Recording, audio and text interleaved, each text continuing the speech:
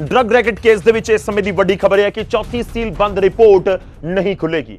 High court ਦੇ ਵੱਲੋਂ ਆਦੇਸ਼ ਕਰ ਦਿੱਤੇ ਗਏ ਨੇ। ਹਾਈ ਕੋਰਟ ਦੇ ਵਿੱਚ ਪਈ ਸੀਲ ਬੰਦ ਰਿਪੋਰਟ ਤਤਕਾਲੀ ਐਸਆਈਟੀ ਮੁਖੀ ਸਾਬਕਾ ਡੀਜੀਪੀ ਸਿਧਾਰਥ ਚਟੋਪਾਧਿਆਏ ਨੇ ਬਣਾਈ ਸੀ। ਰਿਪੋਰਟ ਚੌਥੀ ਰਿਪੋਰਟ ਦੇ ਉੱਤੇ ਸਿਰਫ ਚਟੋਪਾਧਿਆਏ ਦੇ ਹੀ ਦਸਤਖਤ ਨੇ। ਸਾਬਕਾ ਡੀਜੀਪੀ ਦਿਨਕਰ ਗੁਪਤਾ ਤੇ ਡੀਜੀਪੀ ਸੁਰੇਸ਼ ਅਰੋੜਾ ਦੇ ਖਿਲਾਫ ਇਹ ਰਿਪੋर्ट ਕਿਹਾ ਜਾਂਦਾ ਹੈ ਕਿ ਤਿਆਰ ਕੀਤੀ ਗਈ ਸੀ। ਇੰਦਰਜੀਤ ਚੱਡਾ ਕੇਸ ਦੇ ਵਿੱਚ ਵੀ ਹਾਈ ਕੋਰਟ ਦਾ ਵੱਡਾ ਫੈਸਲਾ ਆਇਆ। ਚੱਡਾ ਕੇਸ ਦੀ ਜਾਂਚ ਤੇ लगी रोक भी हाई कोर्ट ने हटा दी है, तो उस मामले जांच हो सकेगी।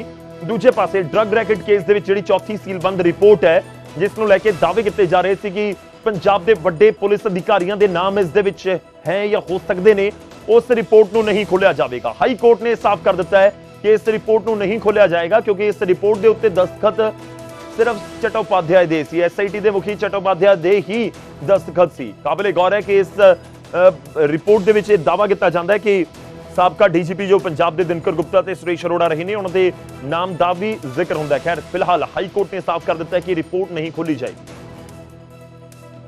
उमेश शर्मा साडे सहयोगी फोन लाइन ते इस समय साडे नाल ने। उमेश की कुछ जानकारी है इस पूरे मामले च हाई कोर्ट दे विच की कुछ है, की कुछ कहा गया?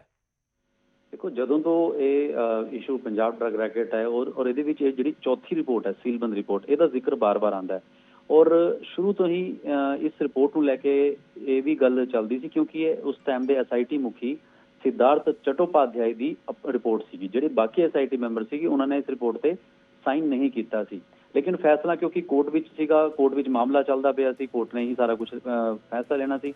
ਔਰ ਜਦੋਂ ਦਿਨਕਰ ਗੁਪਤਾ ਸੁਰੇਸ਼ ਅਰੋੜਾ ਨੇ ਐਪਲੀਕੇਸ਼ਨ ਪਾਈ ਕਿ ਉਹਨਾਂ ਦਾ ਵੀ ਪੱਖ ਸੁਣਿਆ ਜਾਵੇ, ਜੇ ਰਿਪੋਰਟ ਦੇ ਜਿਹੜੇ ਫੈਕਟ ਨੇ ਜਾਂ ਰਿਪੋਰਟ ਨੂੰ ਲੈ ਕੇ ਜਿਹੜੀ ਗੱਲਾਂ ਪਤਾ ਉੱਠੀਆਂ ਨੇ, ਤਾਂ कोर्ट विच हुणे उम्मीद सी कि क्या रिपोर्ट खुलेगी या नहीं खुलेगी। लेकिन हुण ये साफ हो गया कि चौथी रिपोर्ट जिहड़ी है वो जिहड़ी सीलबंद रिपोर्ट है, जिहड़ी सिद्धार्थ चट्टोपाध्याय रिपोर्ट है, वो नहीं खुलेगी क्योंकि ये भी गल्लां साफ सी कि वो रिपोर्ट दिनकर गुप्ता ते सुरेश अरोड़ा के खिलाफ है। हुण ये गल क्लीयर होगी कि ये रिपोर्ट नहीं खुलेगी क्योंकि साइन सिर्फ सिद्धार्थ चट्टोपाध्याय दे सीगे, बाकी एसआईटी मैंबर ने मना करता सी। क्योंकि पुलिस ऑफिशियल टॉप ऑफिशियल्स भी पंजाब दे जिद्दां सब नूं पता है गौरव के एक आपस च भी उन्हां दी एक रही है, एक राइवलरी कह लो रही है क्योंकि टॉप ऑफिशियल्स ने और सारे तीनों तीन डीजीपी रहे ने। हुण गल आंदी है जदों इंदरजीत चड्डा केस उस ते रोक लगी हुई सी, उहदे विच सिद्धार्थ चट्टोपाध्याय दा नाम सीगा। कोर्ट ने भी कहता भी रोक हटा के आगे केस की जिहड़ी जांच है वो वधाई जा सकती है। तो किते ना किते हुण क्लीयर हो गया कि चौथी रिपोर्ट नहीं खुलेगी और क्योंकि ਉਹਦੇ ਵਿੱਚ ਸਿਧਾਰਥ ਚਟੋਪਾਧਿਆਏ ਦੇ ਸਿਰਫ ਸਾਈਨ ਸੀਗੇ, ਸੀਲਬੰਦ ਰਿਪੋਰਟ ਸੀਗੀ।